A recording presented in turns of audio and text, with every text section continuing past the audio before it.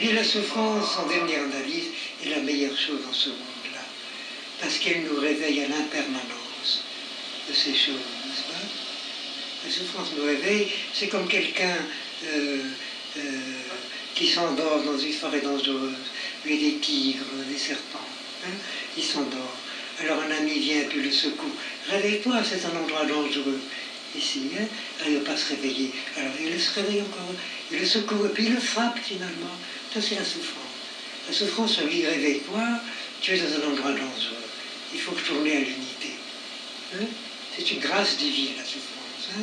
La souffrance vous montre que ce bonheur que tu recherches est impermanent et sera automatiquement sauvé par une souffrance.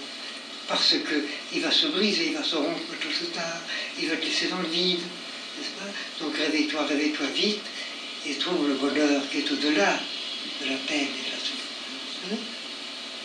Au cœur même de la souffrance se révèle en nous. C'est une expérience, une non-souffrance. Si je suis très malheureux pour l'ego, la réponse c'est moi sans ma souffrance.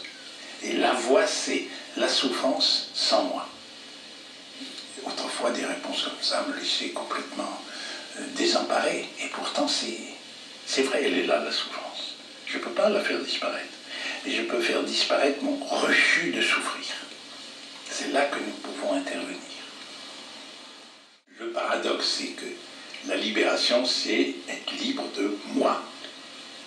Donc moi, je serai peut-être un jour danseur étoile à l'opéra ou chirurgien des hôpitaux, mais je ne serai pas libéré.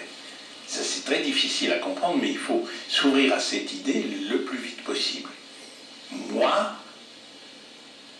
je ne peux pas être libéré.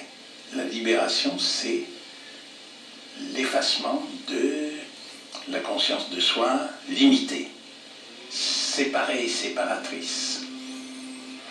Le but de la spiritualité, c'est de dissoudre l'ego, le moi, hein, la personnalité. Et une fois qu'elle a compris que cette personnalité n'est rien du tout, hein, que l'action se fait par le courant divin, c'est le divin qui fait tout. Hein. Celui qui est le sage, n'est-ce pas, qui n'a plus d'ego, c'est un instrument du divin. Le divin agit à travers lui. Hein. Alors il a aucune raison d'être fier, mais ce n'est pas lui qui agit. L'essence de la vie, c'est déployer la nature divine qui est en nous, hein, qui est absolument libre. L'Atman, ce qu'il appelle, le soi. Hein, le soi qui est la nature divine, hein, c'est le sens de la vie.